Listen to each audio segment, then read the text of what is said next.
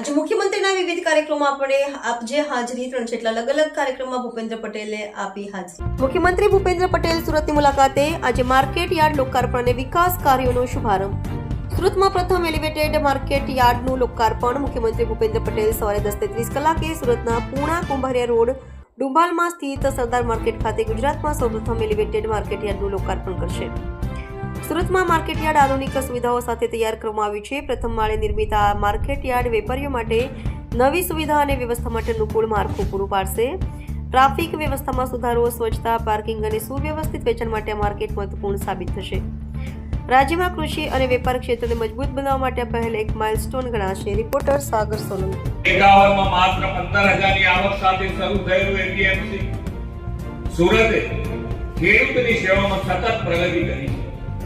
મને જણાવવામાં આવ્યું છે કે હાલમાં માર્કેટ યાર્ડમાં વહીવટ સંપૂર્ણ કોમ્પ્યુટરાઇઝ અને પારદર્શક કરીને તમામ ખેડૂતોને તરત આરટીજીએસ મારફતે ઓનલાઈન ચૂકવણું થાય છે। તેના પરિણામે એપીએમસીમાં મહારાષ્ટ્ર, હરિયાણા, પંજાબ, ઉત્તર પ્રદેશ, આંધ્ર પ્રદેશ, મધ્ય પ્રદેશ, રાજસ્થાનના ખેડૂતો અહીંયા આવી અને શાકભાજી લાવી રહ્યા છે। ખરીદનાર, લારીવાળા, દુકાનદારો, વેપારીઓ સહિત 5 થી 15,000 લોકોની અવરજવર રહી છે। આજે આ માર્કેટ યાર્ડની આવકની દ્રષ્ટિએ પાછલા 2 વર્ષથી આ માર્કેટ યાર્ડ ગુજરાતમાં પ્રથમ નંબરે આવે છે। વડાપ્રધાન શ્રી નરેન્દ્રભાઈ કૃષિમાં વેલ્યુ એડિશનની મૂલ્ય વૃદ્ધિ માટે સતત ભાર મૂક્યો છે। તેમણે કૃષિ ક્ષેત્રની ₹35,000 કરોડથી વધુના ખર્ચે પીએમ જન ધાન્ય કૃષિ યોજના અને કઠોળમાં આત્મનિર્ભરતા મિશન એમ 2 યોજનાઓ તાજેતરમાં શરૂ કરાવી છે। આપણે પણ ખેતીને વેલ્યુ એડિશન દ્વારા વધુ નફાકારક બનાવવા માટે agro and food processing chain વિકસાવી રહ્યા છીએ। ક્લસ્ટર આધારિત ઉદ્યોગ સ્થાપવાના અભિગમ સાથે કેરી, શાકભાજી, લસણ વગેરે માટે સ્પેશિયલ એગ્રી એક્સપોર્ટ ઝોન પણ વિકસાવ્યો છે। દૂધ ઉત્પાદન સહિતના એગ્રી એલાઇડ સેક્ટરમાં ગુજરાત મહત્વની ભૂમિકા ભજવી રહ્યું છે। આજે એપીએમસી સુરત દ્વારા ફૂડ પ્રોસેસિંગ પ્લાન્ટ મારફતે દક્ષિણ ગુજરાતના ખેડૂતોના પાકોના ભાવ સારા મળી રહે તે માટે વેલ્યુ એડિશન સેન્ટર તૈયાર કર્યું છે।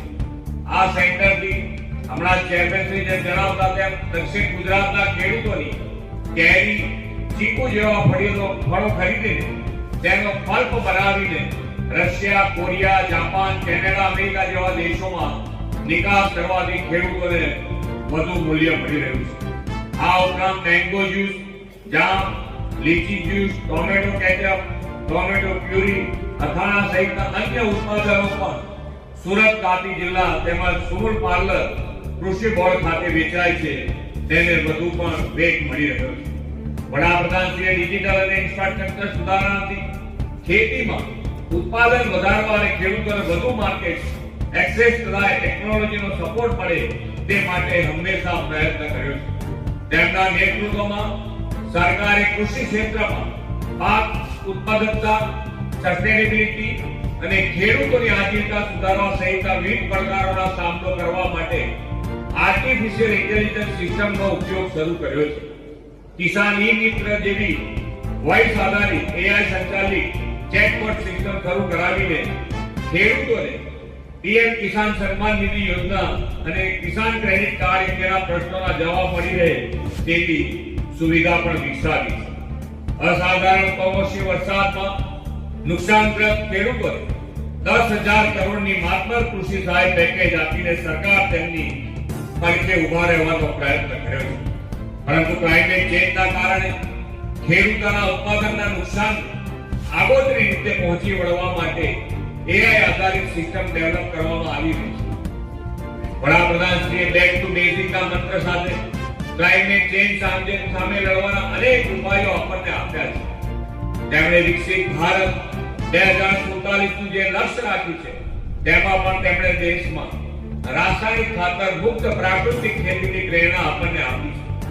રાસાયણિક ખાતરથી થતી ખેતી શોર્ટ ટર્મ ગેઇન, ટૂંકા ગાળાના ફાયદા આપે, પરંતુ જમીન અને માનવીના સ્વાસ્થ્ય હેલ્થ માટે નુકસાન કરતા છે।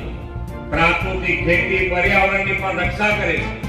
જમીન અને આપણી પ્રાણી પ્રદૂષિત થતા નથી. લોકો હવે હેલ્થ કોન્શિયસ થયા છે.